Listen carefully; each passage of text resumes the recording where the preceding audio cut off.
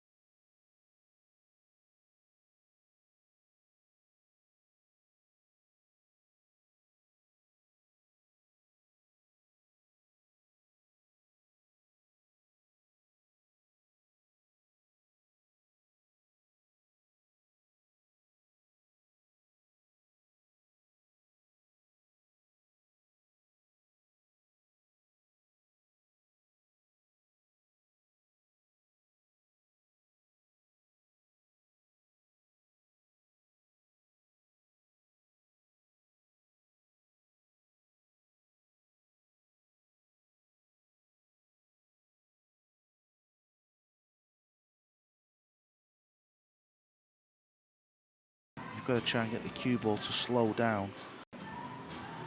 He did control it, and he meant it. He's had a quiet year of it so far since being involved in the Mosconi Cup win. He was 7th in a 10-ball event recently in Pennsylvania. That's about the size of it, really. Yeah, Tyler Styer, one of the very, very few Americans who almost looks when he's playing this game that he could be European with his fundamentals and his mannerisms. What do you mean by that, Carl? What exactly is it about him that makes you say that? Just very solid on the bridge, and some of the Americans, they stand very different, or they're very loose with the cue actions, but he's very solid in his stance and almost Niels Feijen-esque. And I have heard Niels Feijen was his childhood hero, so he's clearly modelled himself on Niels.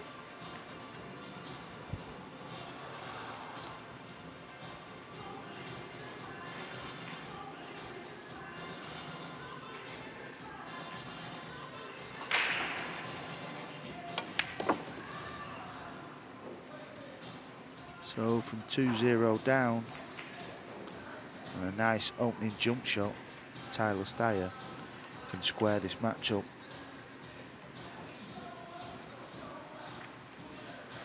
If anything, he's landed a little straight on this 7, but he can draw this cue ball back. He'll play this with left-hand spin. That will pull the cue ball back down towards the 9.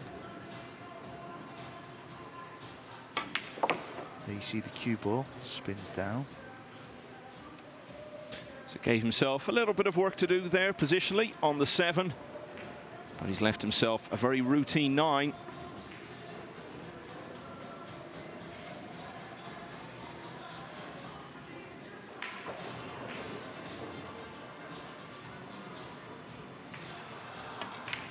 And the man from Wisconsin is very quickly back on level terms. It's Tyler Styer 2, Justin Bergman 2.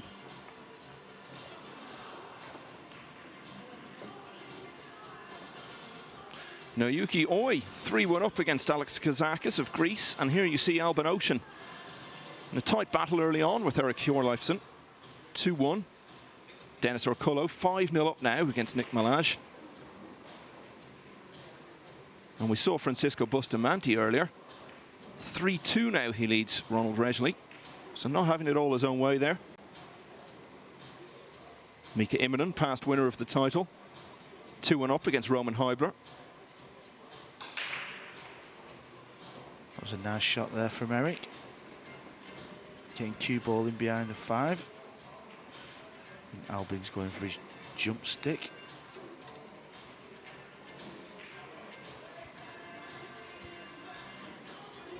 This type of jump shot, just speaking about jump shots, plenty of distance.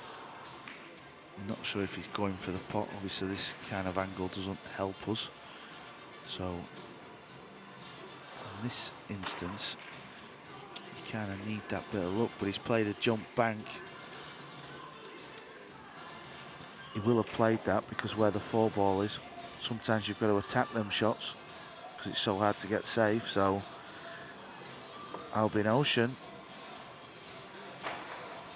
going about his business. Yeah, magnificent shot there. So he's perhaps going 3-1 up.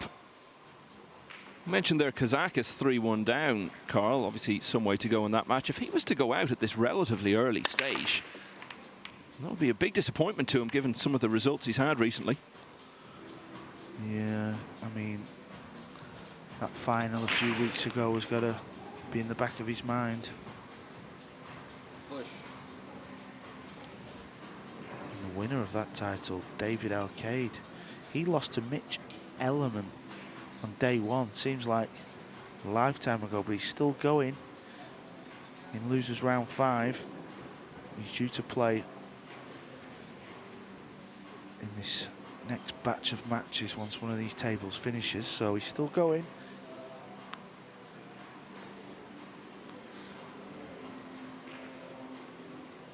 Nothing on the break for Styer in terms of potting, but he has left Bergman hooked on the 1.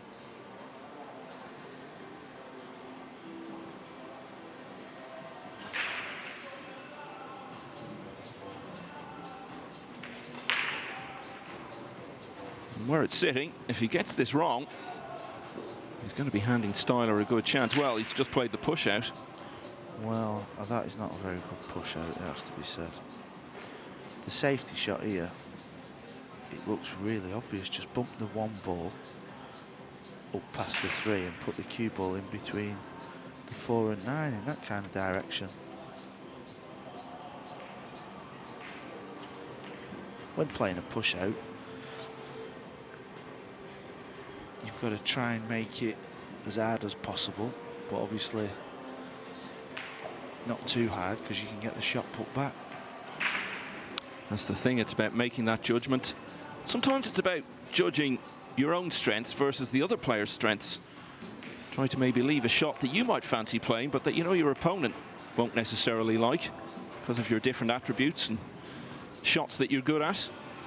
Yeah, you've almost got to play a shot where the safety shot, there's a lot of skill involved and it's thrown with a little bit of danger, but that shot there, it just looks so obvious that just bumped the 1 ball up. Snooky your opponent, so now Justin's kicking at this 1 ball. It's not. He's going to hit the one ball, but oh, he's going. Extension called. He's looking at going 2 rails here to try and he's just weighing up his options, so he won't say too much at the minute. Well, he knows how risky this is. That's why he's taken his extension. Knows it could be the key to this rack. Yeah, he's trying to play below the 5 and then come high of the 7 and go 2, possibly 3 rails if he catches the bottom rail. He's trying to pot this in the corner. Oh, that's magnificent. Well, he got the cue ball on a perfect line there, didn't he? So he gave himself a chance. Perfect on the 2.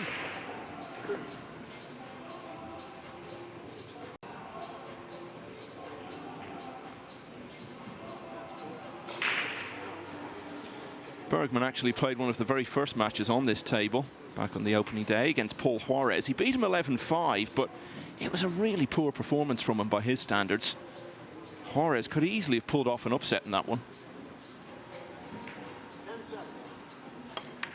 But he's played his way into the event.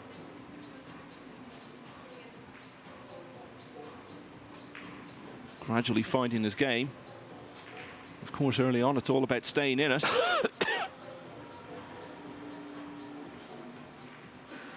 Yeah, so Bergman, 2 rail kick on the 1 to stay at the table. What a shot. It's one of the finest shots we've seen throughout the 2 and a bit days.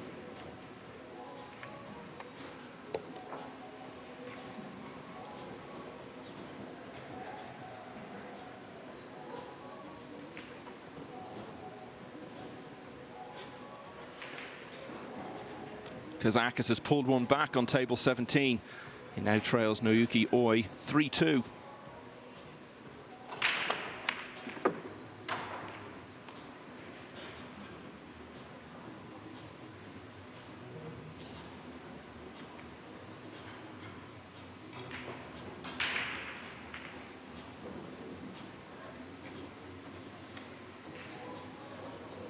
Both Justin and Tyler, type of players where they like to look at the shots, just give it a little bit more thought. Some players play super quick. And some players just like to compose themselves a little bit more, make sure they're on the right side of the next ball.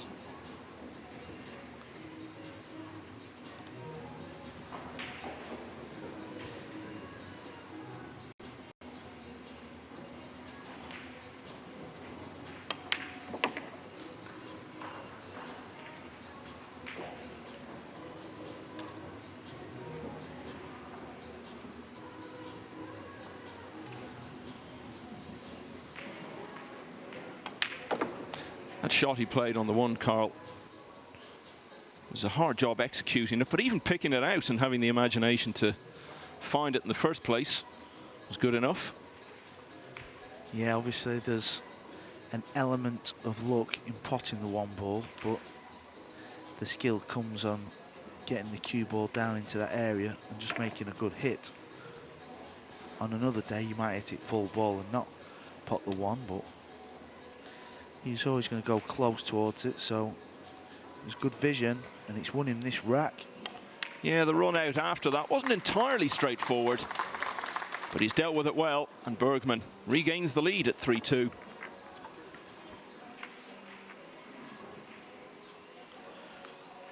So Albin Ocean just a couple of balls away from a healthy 4-1 lead. Albin Ocean will play Darren Appleton if he can get through this match. In losers round 6, that will be. Is Ocean a contender for the title for you, Carl? Yeah, he's definitely a contender. I mean, there's many guys you could pick. Certainly 16 players. I always liken it to a kind of a golf tournament where it's so hard to pick the winner, you know. It's got that type of feel, hasn't it? So certainly 16 players you could pick who are left who'd say, well, they're definitely one of the favourites, and then there's still a host of a few other guys where you wouldn't be shocked if they were picking the trophy up. We talked about Kazakis there. His Greek World Cup partner, Nick Malaj, is battling back really well against Denis Orkulo. He was 5-0 down. He's now closed it to 5-3.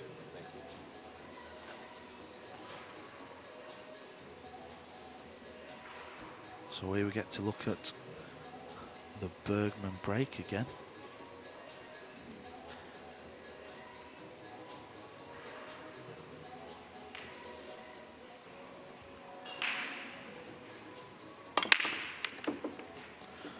That works, make the win ball, spins it in, so it's definitely a very good break, and you're going to go far if you keep breaking like that.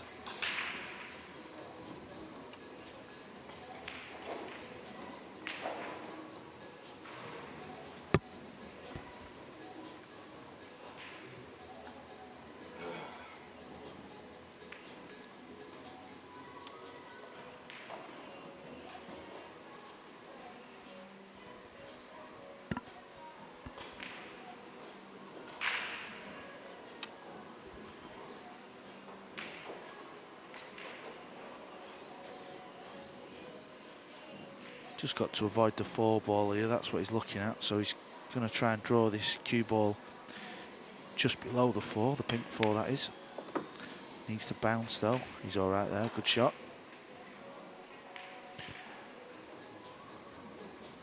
He had a fairly quiet year in 2018, Justin Bergman. He was runner-up in a few smaller events. It's been very quiet for him so far in 2019 as well. His last big moment perhaps coming almost exactly 2 years ago, when he won the Upper Midwest 8-ball in Minnesota. Beat Shane Van Bonen in that, of course. Yeah, Bergman's the type of player where you don't really see him travelling to all the big events. Kind of stays on American soil.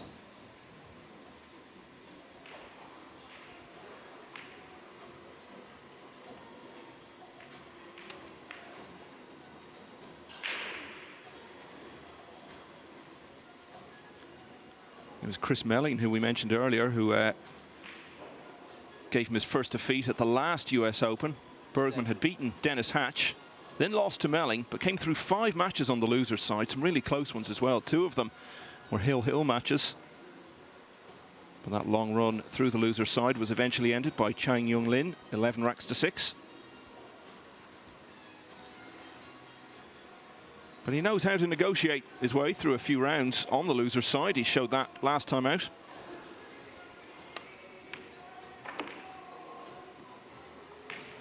Nicely judged there, just spinning the cue ball round underneath the 6 ball in perfect position. So Tyler Styer played an obvious safety shot. Justin Bergman was hooked. He kicked the 1 ball in, and now he's going to have a break and run. This is pool. Tyler Styer will have been in this position many times where he's seen this kind of thing happen. What you've got to do is you've got to have a good, strong mental game, sit in your chair and be patient, kind of hope you get a chance. And when you get your chance, you've got to take them. So just as he did in the opening rack, Justin Bergman is going to break and run out here. He was 2 racks ahead. He got pegged back to level terms. But now he's restored that 2-rack advantage. Justin Bergman leads Tyler Styer 4-2. Nick Malaj continuing his great fight back. He's back to 5-4 down now against Denis Orkulo.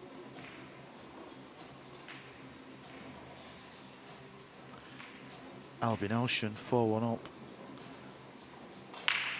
Hooked here though. Yeah, he's hooked, so he's trying to kick and make this ball. Hitting it hard. Often see players hitting it quite hard just because in case they don't make the 7 in the intended pocket, they've got a chance of looking it somewhere else. And Albin looks in good shape here for a 5-1 lead. Mika Immonen still going strong. He's in a battle with Roman Heibler, 3-3. Yeah, he was actually 3-2 down in that one, Immonen. He's just levelled.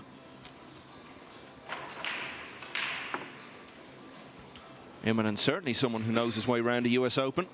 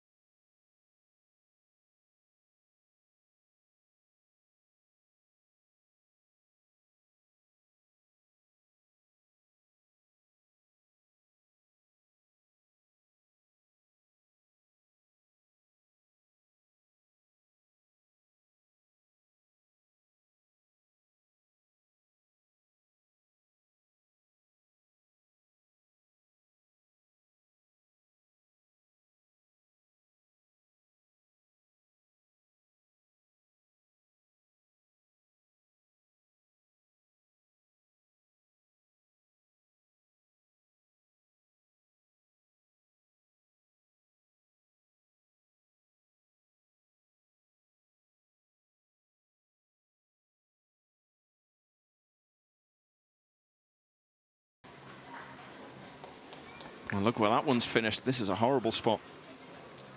Yeah, Tyler made a good hit. That's all he could do. In hitting the one ball, it was hard to see how he was going to get safe, so that's why he hit it quite hard, and it's turned out pretty good, hasn't it? Justin was just sat in his chair shaking his head.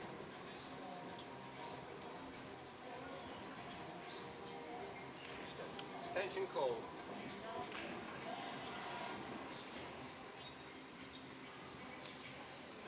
Bergman is actually number 48 in the seedings. Now, there's no argument with that. He's there on the basis of his results, but I think we would all agree it's slightly misleading.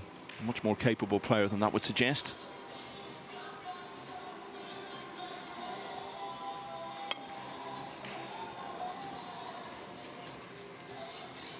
Well, he went close to hitting it twice there, Carl. Yeah, if he'd have hit it on the way back up, though, you don't feel like he'd have hit a rail, so it would have still been ball in hand.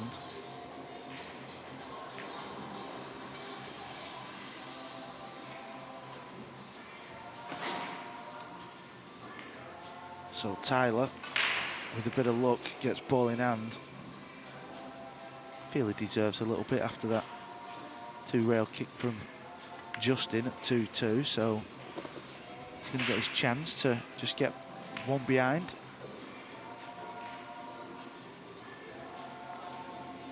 Yeah, it's a fair point. It would probably only have been a slight contact on the one if he had caught it on the way back.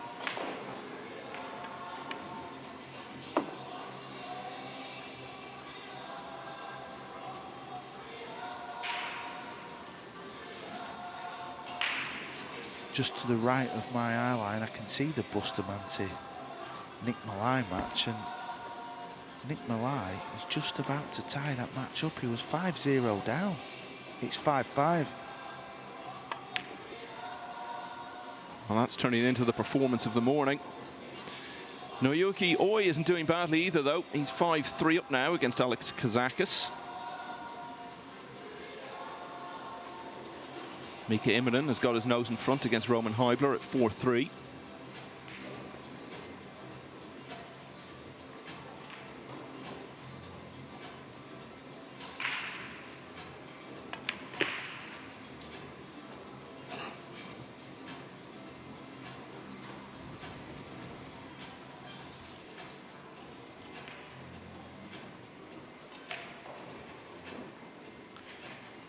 Yeah, he's just landed a little bit short, so cue ball might just be running into the 9 here.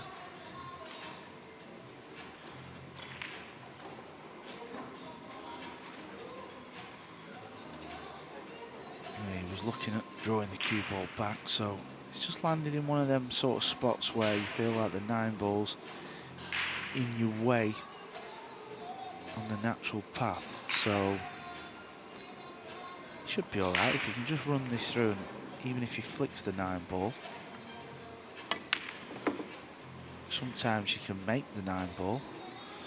He hasn't, but as you can see, there is a 7-9.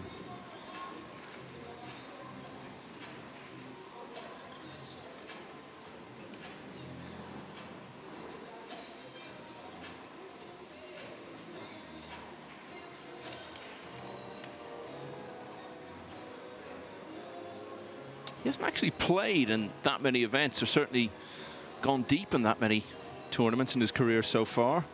He's had some success in 10 ball.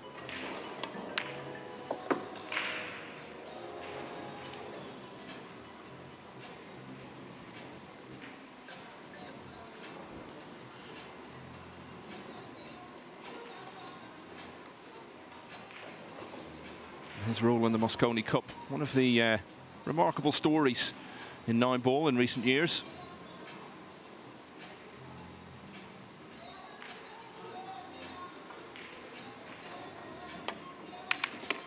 So he played the combination, the 7-9. It looks like it's going to be a tight one, this, because Styer has closed the gap again. He's back to 4-3.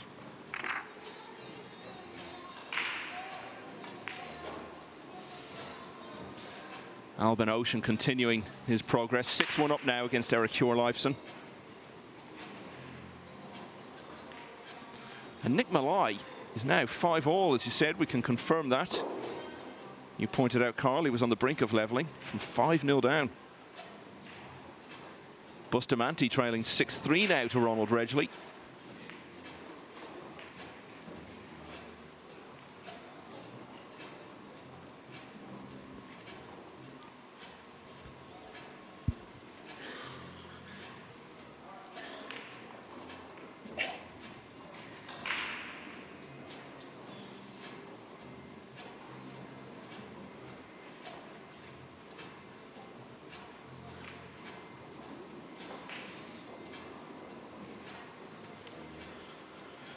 Yeah, we're watching two very methodical players on centre court. Albin Ocean is another one of them methodical players. And what a venue we've got here at the Mandalay Bay. 3,000 rooms here, apparently, Carl. Well, it's no joke. It takes you about 15 minutes to get from the venue to the escalator, doesn't it, Malcolm? It's not like you can run back to your room in between matches, because by the time you'd get there, you'd have to come back for your next one. Well, when we left last night, I actually left my shaver on the table, so I had to come back. It was like a 30-minute round trip. I was devastated. Oh, just the worst. And of course, you only realise when you get back to your room, don't you? But it's almost like a little town in itself here.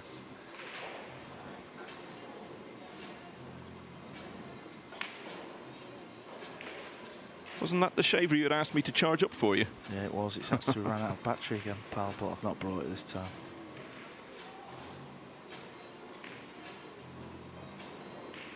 So Tyler Styer does have a shot on this one ball. Two ball looks tied up, so a lot will depend on this shot, on the kind of shot he's going to play on the two ball.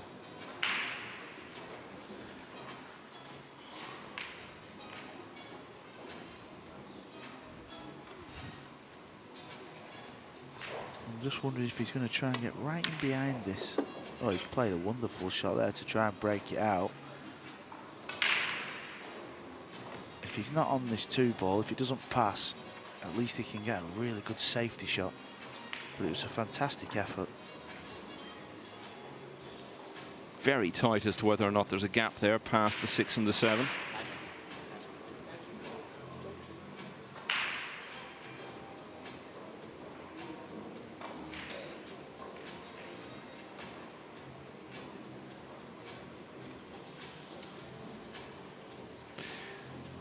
It's one of those you feel if there was a gap, he'd probably have got down and played it by now.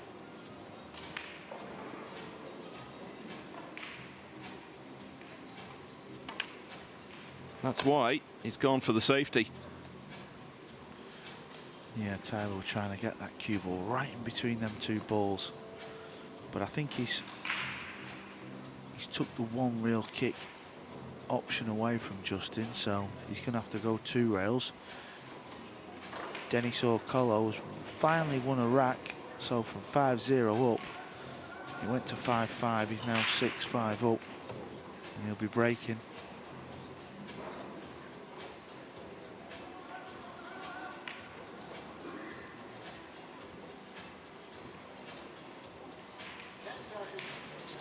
Extension called.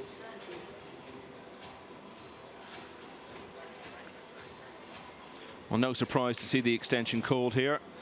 It's one of those where it takes a bit of working out, and if it goes wrong, the price to pay could be very high indeed.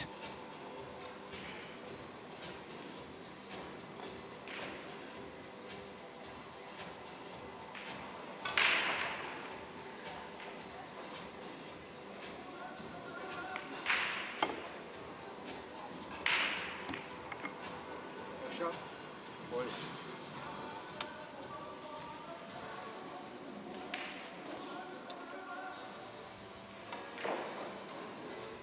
Ball in hand is just such a heavy price to pay, isn't it? Because you give a player a chance to pot his opening ball, place it ideally in terms of getting position on the next one. At this level, it's going to be very rare they're not going to run out from there. Yeah, the 6 ball, I think it's still tied up. I'm not so sure if it does pot into the top right.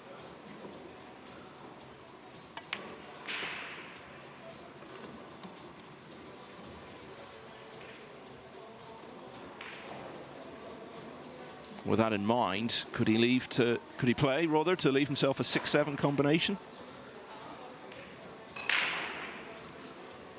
Yeah, again, 6 ball onto the 7 looks quite thin, so 6 ball will be travelling.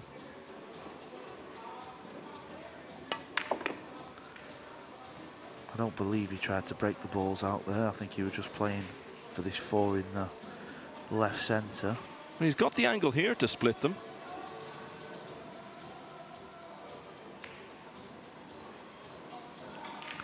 Yeah, he's just looking where he wants to hit these two. He'd love to hit kind of right through the middle of them, wouldn't he? Because you would think that would push the 6 towards the top right.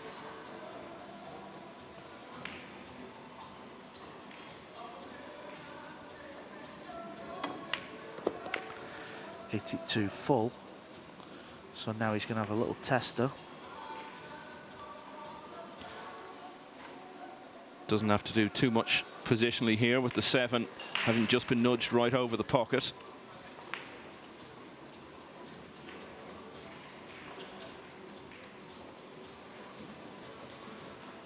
having to work hard for them.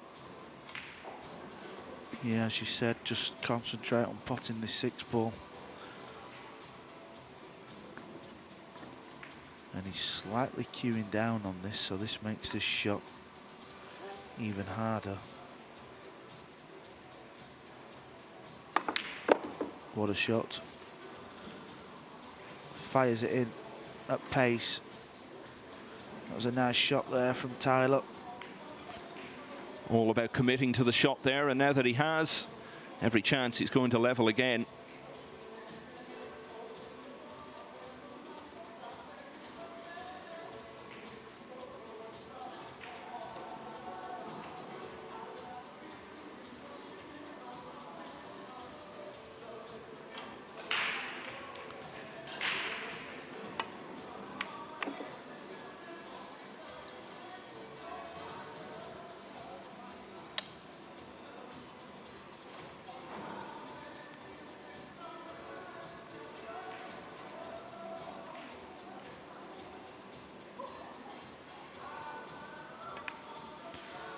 So this match settling into quite a pattern.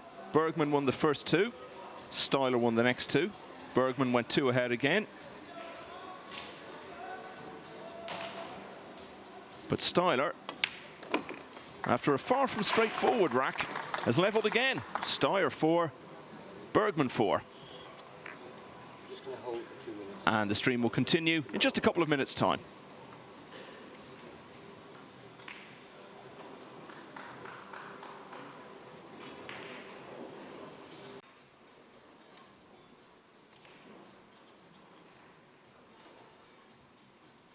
So welcome back to this very closely contested match. Bergman has twice gone 2 racks in front, and both times Styer has drawn level again, and it's 4-all as he starts us off in rack 9. Yeah, you just get the feeling this is set to go all the way, don't you? Like many of the other matches.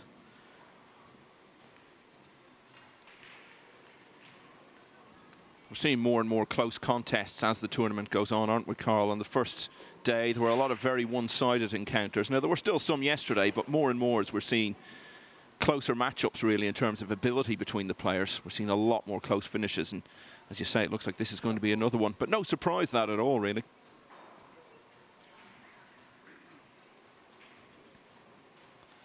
So it goes without saying, Tyler Styler's got to play a push-out.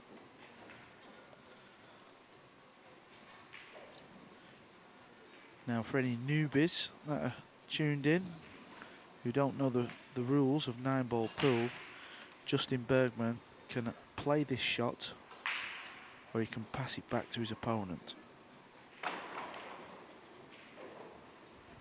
remember the first time I ever watched 9-ball pool, I saw Steve Miserak play a push-out where he basically just flicked the ball across the table, and I hadn't heard about the push-out rule, so I thought, what's going on here? Is he just conceding the match, or has he had a moment of madness or something? But once you become familiar with that rule, it's actually relatively straightforward, and it can be a very important factor in determining the outcome of a rack if you do it right, or indeed if you do it wrong. Well, how long ago was that, Steve Miserak? I'll tell you exactly, it was 1987. Wow. I was just 4 years old then, so I wasn't tuning in, I'm afraid. And I'll tell you how long ago it was. I was watching it on a black and white television. You probably don't even remember those, Carl. No, that must have been difficult to see what ball was what. How did they manage that one? Well, it was actually a challenge between Miserak and Steve Davis, where they played both snooker and pool. So it was actually easier for the pool. Imagine trying to watch the snooker on black and white. So I'm not sure if Bergman played safe or he went for the pot. However, it's Tyler at the table. He did go for the pot, and he's made it. Now this shot, very difficult to get back up table for the pink 4.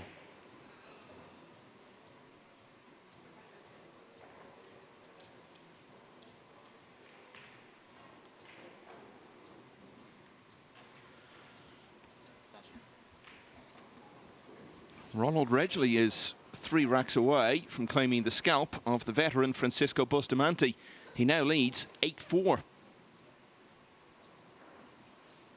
And Albin Ocean is also closing in on a place in the next round. 7-1 up against Eric Hjorleifsen.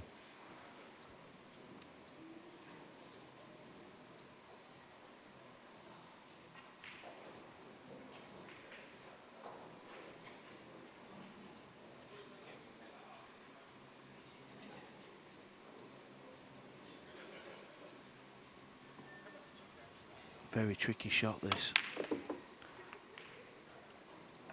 He was just trying to draw him behind the 5, and he'll take this, you know. That's not a bad result. No, absolutely. That could have turned out an awful lot worse.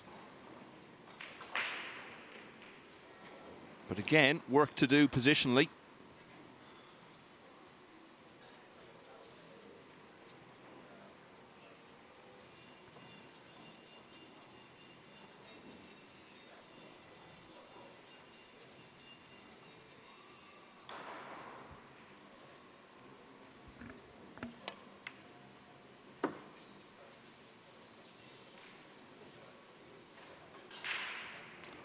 And this is getting a bit more comfortable now.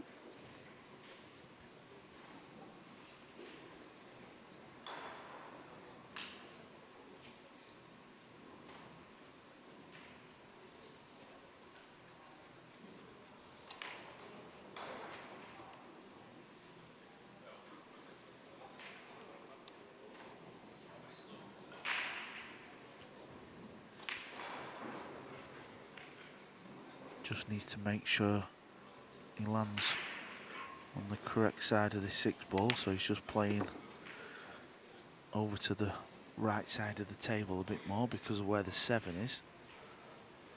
So he's all right.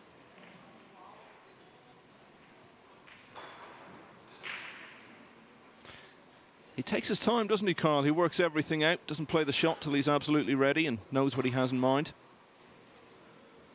Yeah, everybody plays this game in their own way. It's quite funny, really, because this type of play, the likes of Ralph Souquet, Albin Ocean, obviously tremendous players, but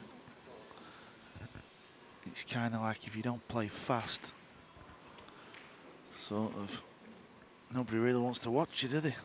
Everybody seems to like watching the super fast players, even though guys like Ralph and Albin are probably better players than most of the fast players.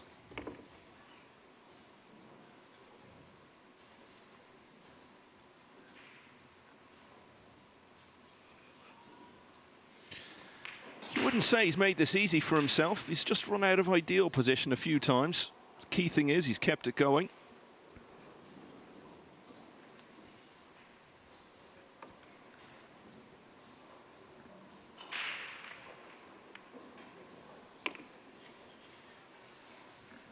And ultimately, he's left himself a simple 9.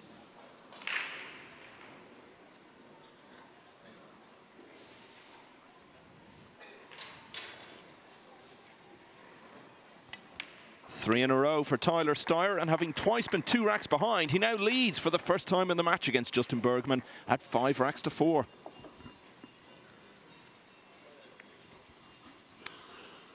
Ronald Redgley just a rack away from the next round.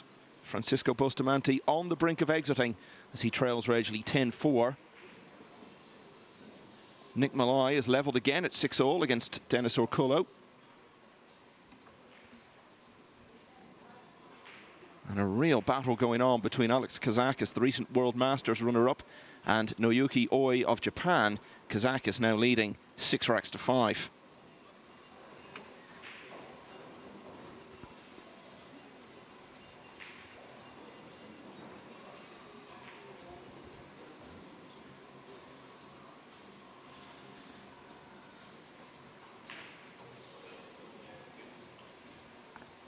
Yeah, Bustamante's got it all to do there if he wants to stay in this year's US Open. Needs to win 7 racks on the spin. That's a tall order, though.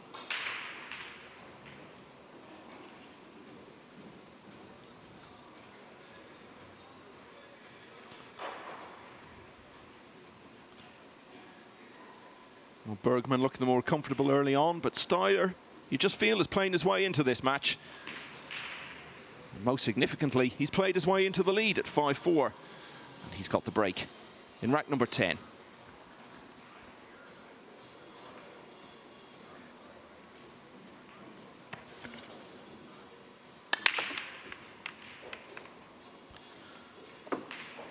Yeah, I know it's early on in the season, but it's such a big tournament, and obviously both these guys have played in Mosconi Cup, so there's a little bit of pressure knowing that the loser of this match is out and the winner can go on and go a bit deeper. So just to the right of the table, America's captain Johan Rushnik has got a beady eye on this match. This year's Mosconi Cup will be right back here at the Mandalay Bay, November the 25th till the 28th. You can get some tickets at www.mosconicup.com and come and witness if it will be repeat or revenge. Yeah, the Americans, having finally ended their long losing streak, want to back it up now by winning in front of their own fans.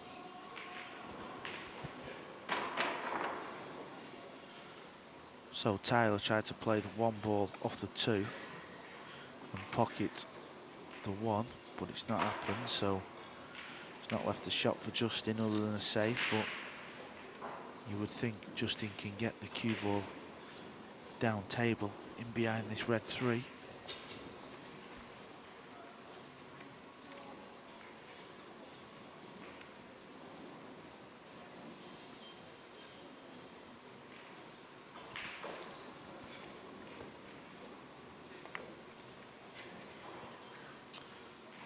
But he didn't get it behind the three, he's flicked it, and he's left a little edge for Tyler. Now, I'm not sure if he's got many options other than chop this yellow one ball across to the side pocket. That's what he's looking at. It's very thin, but he can only see kind of, sometimes you can just see the potting angle, so you're kind of forced into that shot.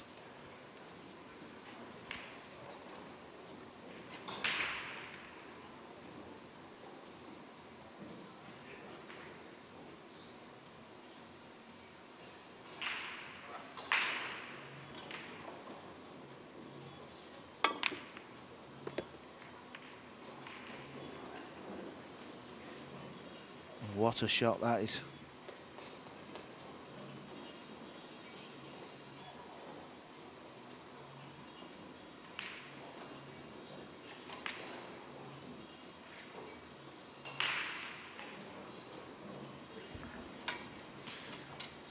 The graphic has just gone off the screen there, but if you're just switching on, Styer, Tyler Styer that is, leading 5-4 against Justin Bergman.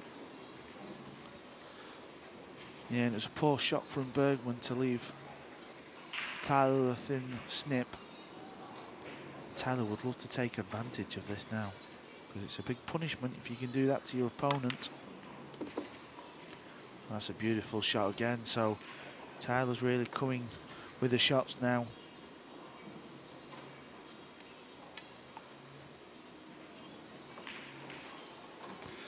The winner of this, incidentally, plays Chris Alexander of Northern Ireland, and he's marked himself out as a dangerous opponent because, of course, he was the man who beat Albin Ocean on the winner's side.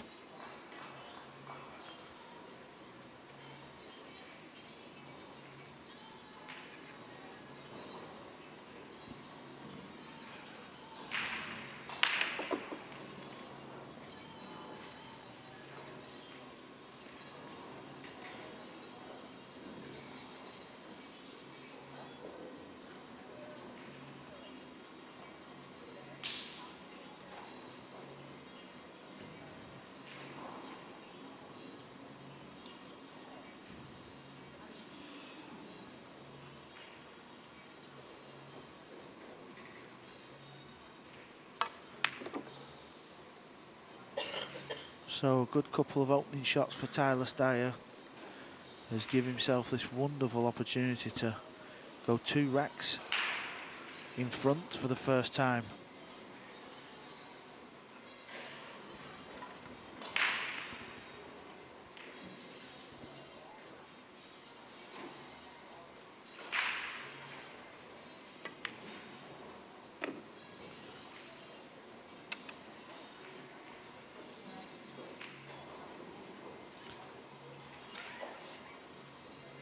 Well, you wouldn't say it's been quick progress from Styer, but it's been steady progress.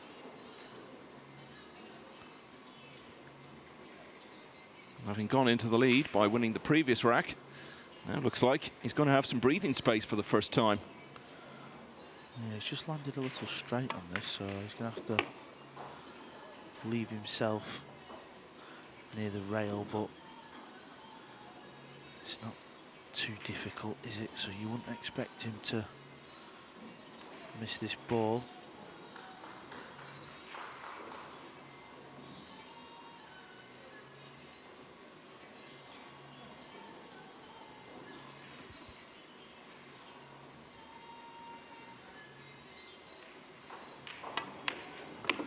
And he hasn't, so he will take that 2 rack lead. It's going to be 6-4, Tyler Styer. Bergman, he's got thinking to do. Yep, because he's lost 4 racks in a row now, and Tyler Styer has passed the halfway point as he chases his target of 11. He leads 6-4. Ronald Redgley is through. He's just completed an 11-5 win over Francisco Bustamante. Alex Kazakis now 7-5 up in that really tight match against Noyuki Oi. And Denis Urkullo, who was racing away 5-0 up against Nick Malai, he's just won the 13th rack, Urkullo, to go 7-6 in front. Mika Immonen making slow progress really against Roman Heibler.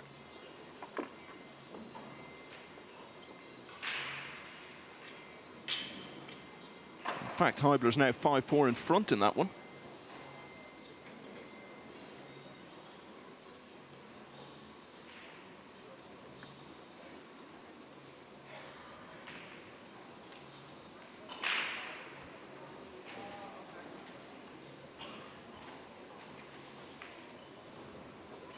Is it possible to sustain success at this level the way Styer plays, Carl? He's quite deliberate, slow, methodical, you might say.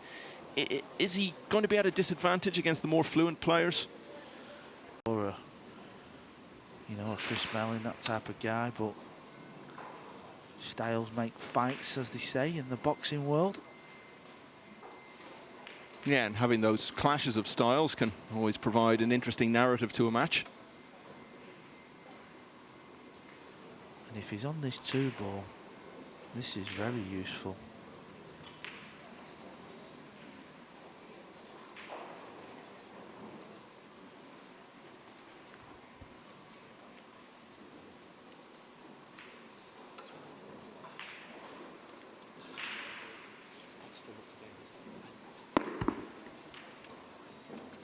So he mustn't be able to see the potting angle, but he can certainly see some part of this too. So he's kind of jumping over the edge. No, now he grabs his, it's actually his braking cue. The reason why he would jump with his braking cue is because the tip is a lot harder on your brake cue.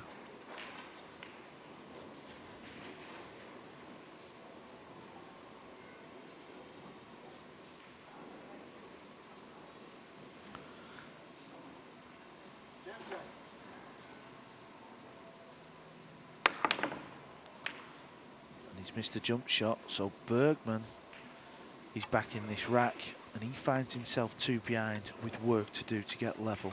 Yeah, he's got to take advantage of this. It's the sort of chance you really want when the match is slipping away from you, as it has appeared to be over the last 20 minutes or so from Bergman.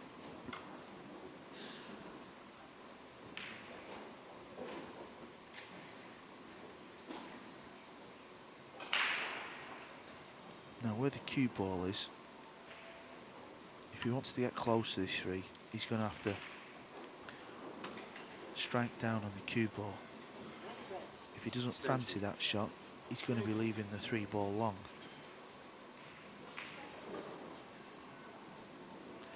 Could also spin it in with right spin and try and come off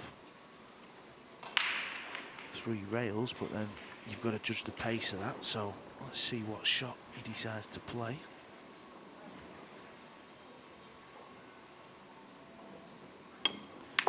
So he tries to spin off the 3, needs it to bounce. I'm not so sure if that's any use. Cue ball's coming towards this orange 5. If he can just miss the 5, he's not too bad.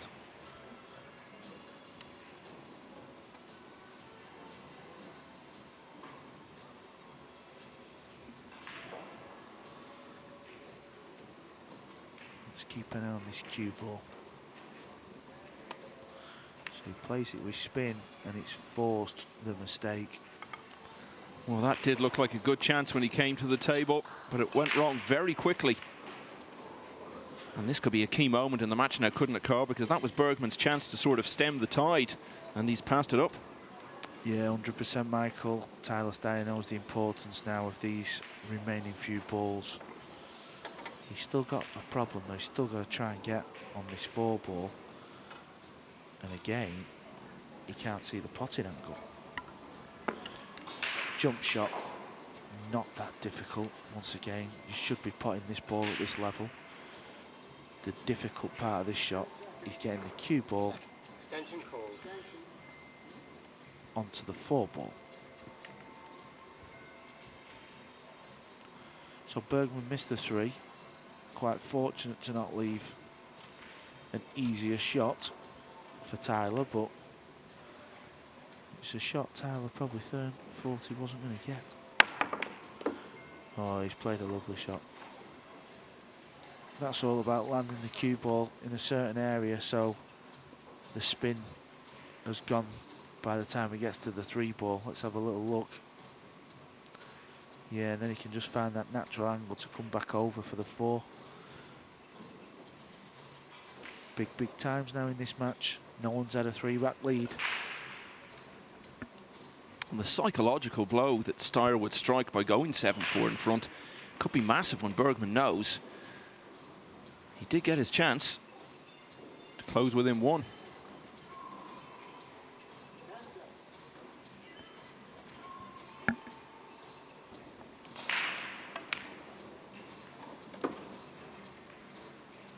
Pretty good shot there. Whenever you're trying to just draw the cue ball back into an area, sometimes you can under-hit it or overdo it. So 6 ball goes in left centre, so he can just travel up top end of table with his cue ball.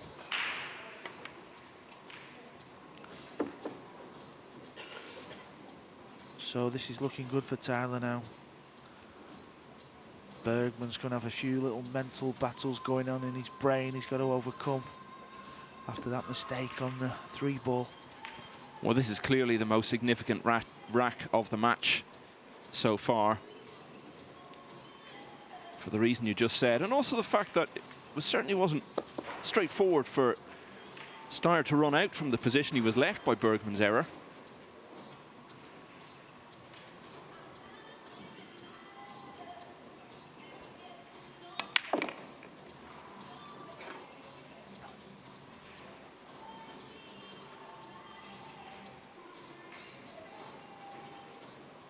The legend Francisco Bustamante is out of the tournament. The Hall of Famer. We will not be seeing him anymore in this year's championships. He loses 11-5 to Ronald Regli from Switzerland. Styer took his time over that, and he's taken full advantage of Bergman's error. Did well to run out from there. That's 5 on the bounce now for Tyler Styer, and he's starting to pull away here. He's 3 racks clear, the first time either player has enjoyed that position in this match. It's 7-4.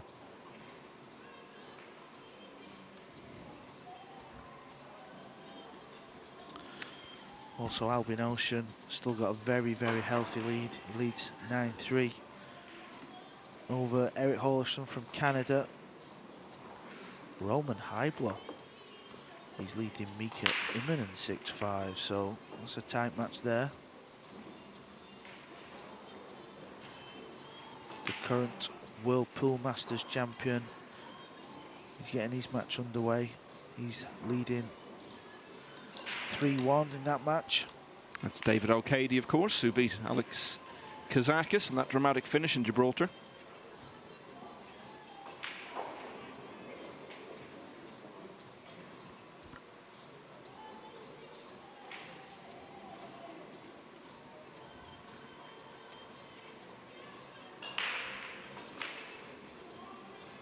Away from Bergman. What can Bergman do to try to turn this round? He's an experienced campaigner. He missed a big chance in that last rack.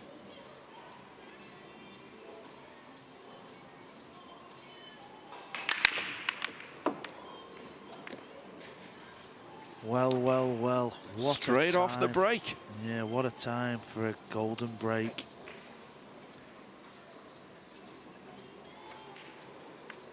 It's always heartache for your opponent, but as a player, when you do that, you kind of like them quick, easy racks. Yeah, and again, you were addressing some comments earlier, Carl, to people who might be new to the game. So just to confirm what a golden break is, if you pot the 9-ball off the break, that is it. The rack is over. And that's just the worst thing that could have happened to Bergman, isn't it? Because he's sitting there probably thinking to himself, what can I do to stem the tide and turn this round? And then one shot later, he's actually further behind and nothing whatsoever he could have done about it. Yeah, it was interesting to see the cue ball coming off the side rail back in towards the 9. That's how the 9 was pocketed. Sometimes you do see that. But it's fairly rare, but when it does happen, it always seems to happen at crucial stages in a match. Yeah, and coming off the back of what we were saying was perhaps the most significant, psychologically anyway, rack of the match so far. That really was quite a time for it to happen. So Styer, 4 clear now. And only 3 away from a place in the next round.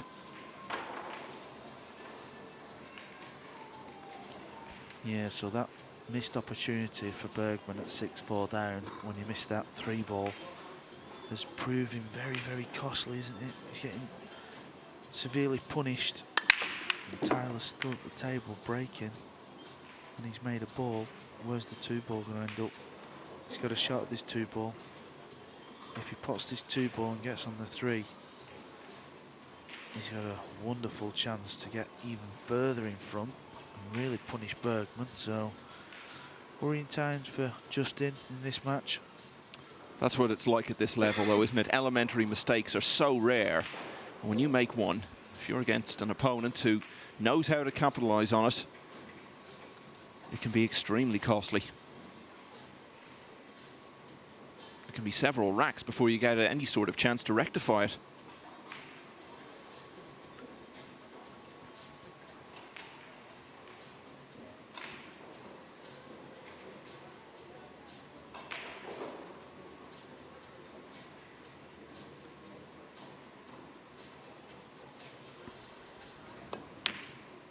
Albin Ocean is on the hill in that match, so he just needs one more rack.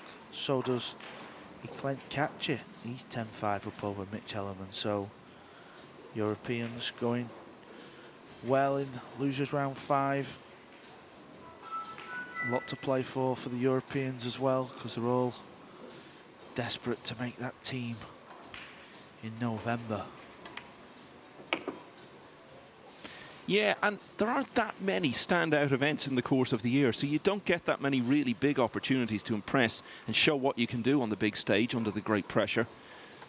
This is certainly an event that falls into that category. Yeah, and with the likes of Joshua Filler winning the World 9-Ball Championships and David Al-Qaedi winning the World Pool Masters, European players have, you know, already staking their claim for a spot in Marcus Shamat's team, so you feel like there's not just the added pressure of the US Open, there is the Mosconi Cup in the back of people's minds.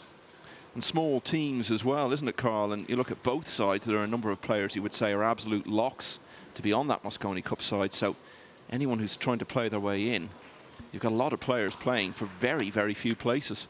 Yeah, I mean, I would definitely say it's easier to get in the American team because they don't seem to be that much strength in depth as where the Europeans. You know, it's been said on numerous occasions you could probably make 4 teams that could possibly compete. So it's pretty brutal.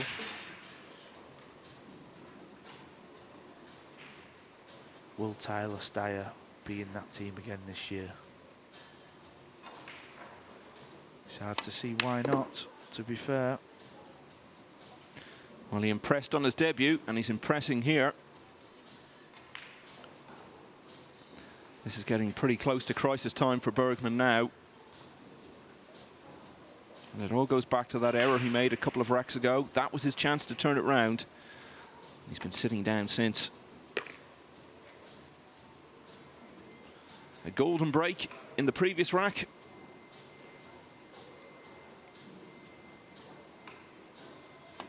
A run out from the break in this one. Tyler Styer. Very close to victory now and looking quite unstoppable. 9-4.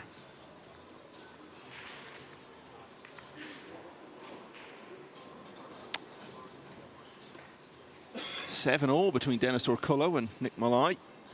And Alban Ocean here, 9-3 up against Eric Hjorleifsen.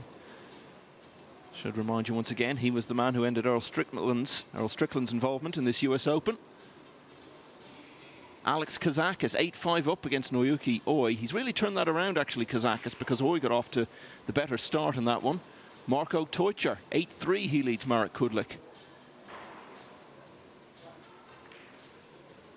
And Mieszko Fortunski, the man who gave Shane Van Boening a decent run for his money earlier in the tournament.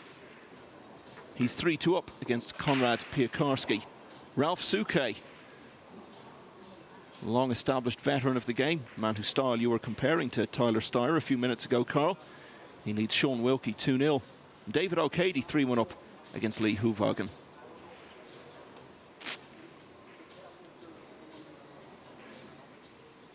And only 4 matches in this round still waiting to start. They'll come on in due course. Yeah, the winner of this match looks like it's going to be Albin, and he will be playing Nigel, are you doing your own shot clock then? former champion Darren Appleton.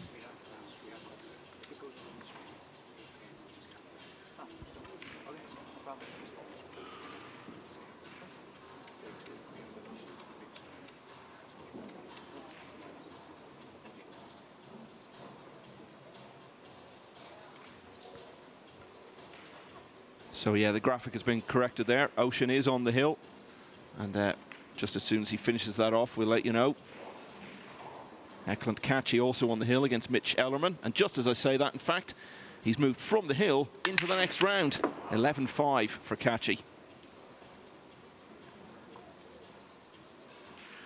So back to this match. Good news for Bergman. Tyler doesn't have a shot on this 2-ball, so he's going to play a part in this rack.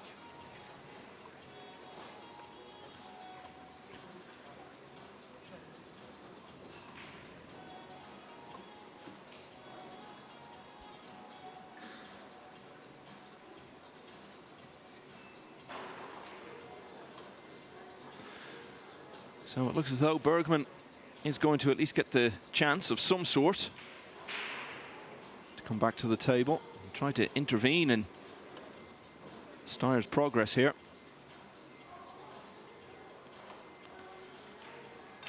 Any new viewers tuning into this matchup? Just under where it says race to 11 at the bottom of the screen, there's a little colour of ball chart there, so that gives you an indication of what balls are still on the table and what balls are not. So as you can see, the blue 2 to the very left is the lowest ball on the table, so players always have to shoot with the lowest ball first.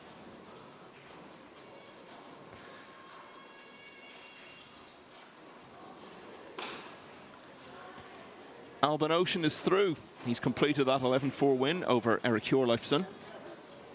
And Mika Immonen, 2-time US Open champion, in danger of going out. 8-5 down to Roman Heibler of the Czech Republic. This is a nice shot from Bergman. It's a good pot. He's not had much table time, so whenever you knock a kind of long shot in, it's always a little confidence booster. His main target now is to just try and keep his opponent off the hill.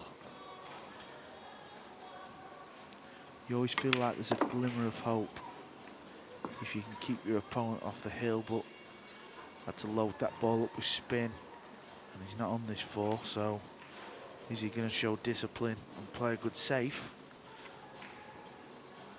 or is he in an attacking mood?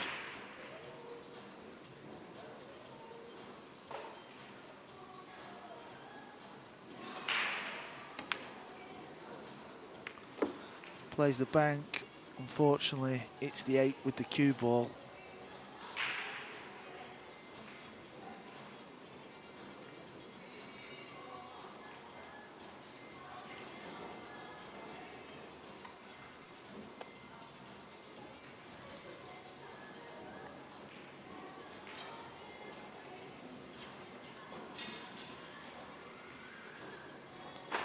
So this is a long shot on this 5.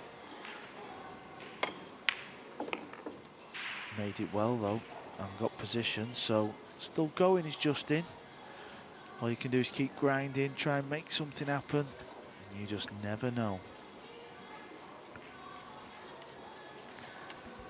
Eklund Kachi is the next man through. He's seen off Mitch Ellerman by 11 racks to 5.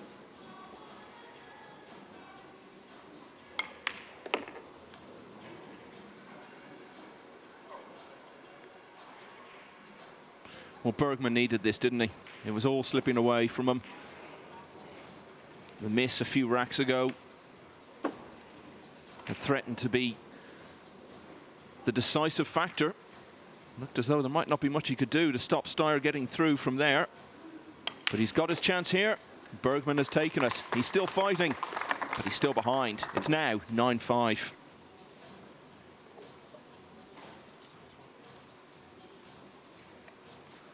(9-5) also to Alex Kazakis against Noyuki Oi. And Denis Orkullo may just have weathered the storm. He's on the hill now. He was 5-0 up against Nick Malai, but then really got drawn into a serious battle, but he's pulled away again and now leads 10-7. David O'Cady progressing very nicely against Lee Hoogwagen. 5-1 now. O'Cady leads. Mika Immonen still hanging on. He trails 8-6 against Roman Heibler. All going on inside that venue there, Mandalay Bay.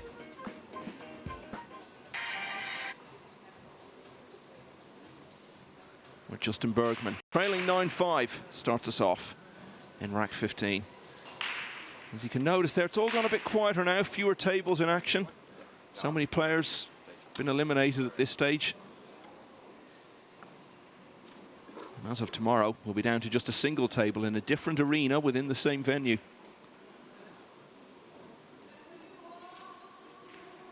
Yeah, that's when this event will really crank up its pressure.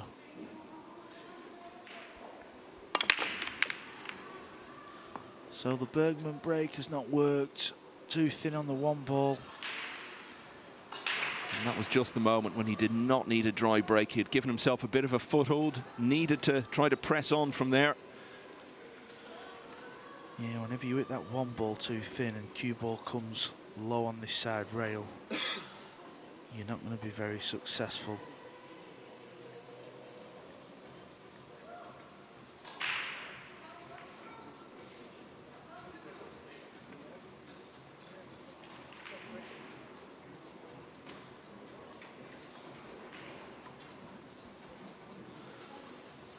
So Tyler's got a shot on this 1 ball. It's kind of a blind pocket pot, so just needs to hold the cue ball as well. And he's made it, and he's on this 2 ball, so another good shot here. And then a good shot from the 4 to the 5. and he could well be on the hill.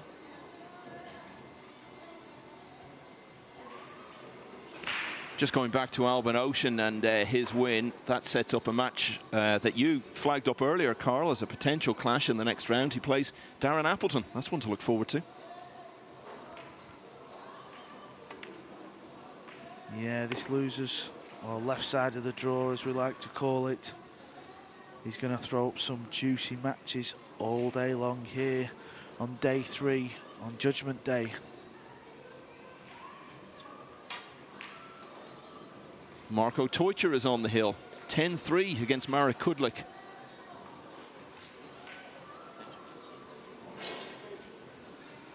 I think Denis O'Connor has come through that match. He was 5-0 up. He has. He's just closed out an 11-7 win. Yeah, that's a good win, that. From 5-0 up to then being locked in a battle, he showed a lot of heart and character. So, Robocop, Denis O'Connor, is still fighting. Don't count him out, that's for sure. Yeah, it was impressive the way he regrouped in the face of that fight back. And next up for him is Niels Fyen.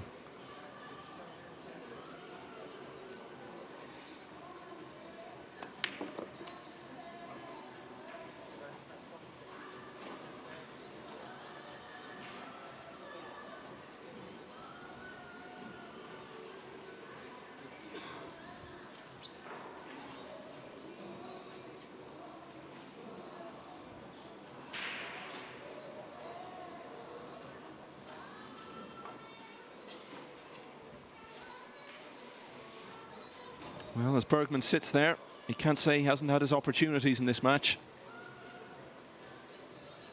But the margin of error is so small.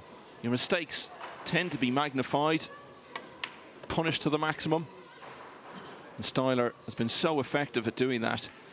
And if he does win, I think that will be the story of this match.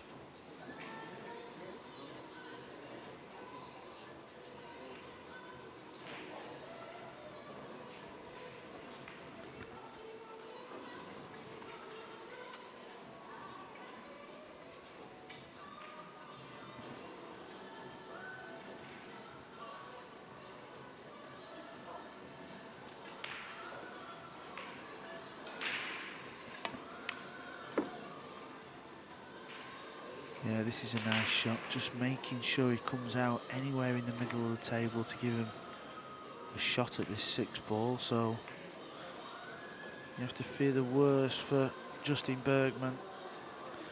These 4 balls will put Tyler Styer on the hill, and Justin is at the point of no return in this match. Been quite a few racks like this, haven't there, where it hasn't been entirely straightforward. There've been a few complications, but Steyer's been able to work it out well in most cases. It's not as if he's been making one straightforward run out after another. Showing the full range of skills here.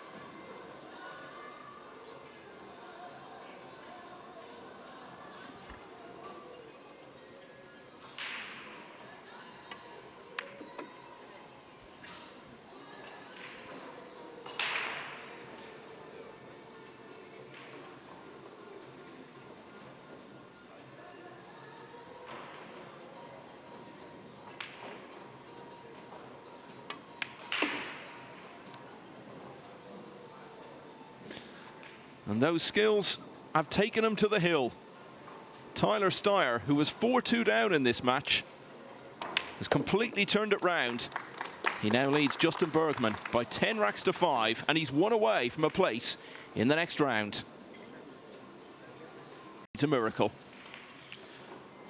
Yeah, Tyler also noticed he's been breaking from the middle of the table as well. Not many players doing that, but very successful. Nearly makes the 9 ball again as well. Yeah, it went off both jaws. And actually, it was being threatened with being nudged in by the 5 there. Now the 9 is near the pocket. I'm not certain how close to the pocket it actually is regarding, you know, the correct angle to pot it, but I don't know if he's looking at a carom off the edge of the 2 and send the cue ball into the 9. Maybe it's not an easy shot, so he's also got bank into left centre.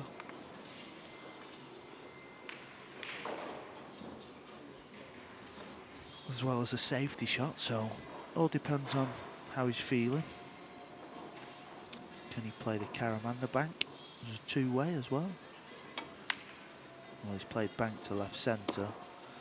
Needs cue ball to hold up, and it has, so played a two-way bank as well, so that was a nice shot there from Tyler. Well, about half an hour or so ago, we were all bracing ourselves for a really long match, a close finish. It had all that look about it. But Styer has just taken complete control. Bergman's helped him along the way a bit, it has to be said. Yeah, if you cast your mind back to, I think it was 2-2 where Tyler played hook shot and Bergman kicked 2 rails and made the 1 and then broke and ran for 4-2. Who would have predicted from 4-2 it would be 10-5 Tyler Styer.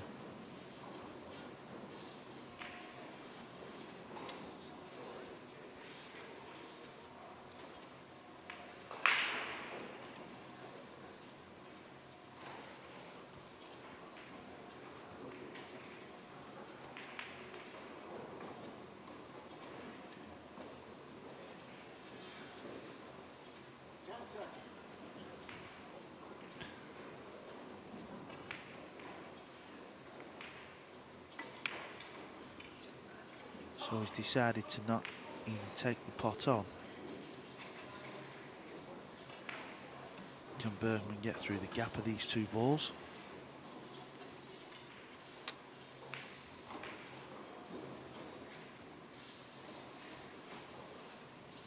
Well, not through the direct route, it seems.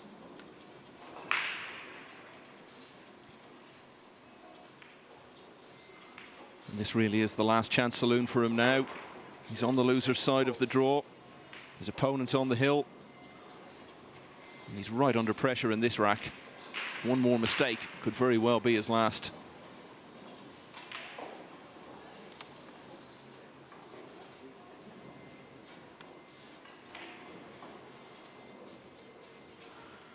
So he's kicking 1 rail here, he's trying to pot the 3 ball in the top right hand pocket. Made a good hit. Oh, but where's the 3 running? It's going right over the pocket. But the one consolation for him here, it's not exactly straightforward to get on the 4 in potting this. Yeah, you would think he's going to be coming all the way down table to go all the way back up. That's his only real way of getting on this 4, but this is not easy. No, it isn't, and it may well be Bergman's last hope. Just wondering if he's going to spin it in with left.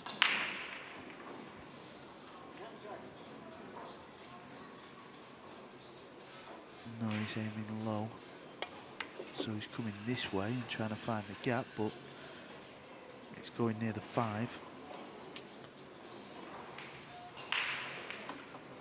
But he's not behind the 5, and I think he's got a pot at this, you know.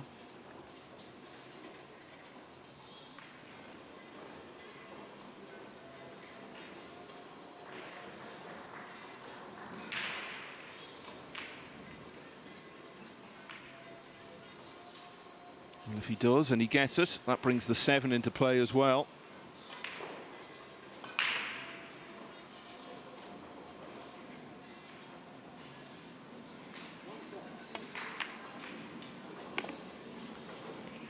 And all the pieces of the jigsaw just starting to fall into place. But again, not straightforward here, Carl, to get on the 6 in potting the 5. Well, I think the 5 passes the 9 in this corner, so he can just kill the cue ball anywhere where his cue tip is, and he's in a good spot.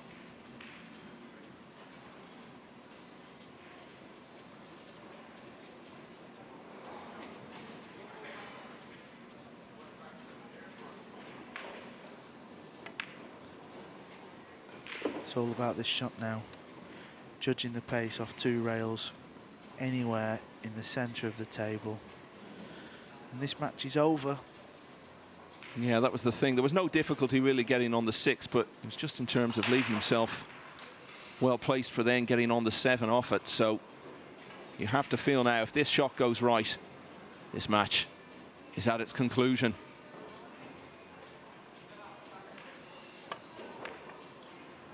Oh, he played a nice shot there. Decided to kill the cue ball with loads of left and drag. And in doing so, he may just have killed off Justin Bergman's hopes in this US Open.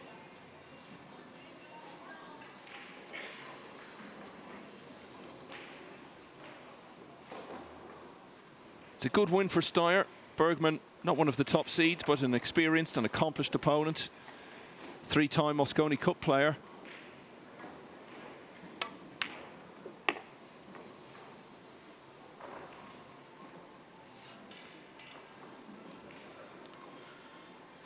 So this 8 ball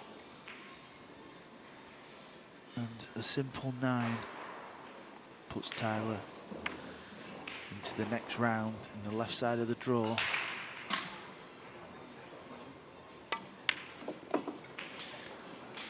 Well, what a turnaround it's been. It all looked like it was going to be very tight. Bergman led 4-2. He's made his mistakes since then. Styer has been clinical, effective, ruthless at times. Bottom line is, he's played very well. And by winning 9 racks out of 10, he turns around that early deficit to beat Justin Bergman by 11 racks to 5, and he advances to the next round.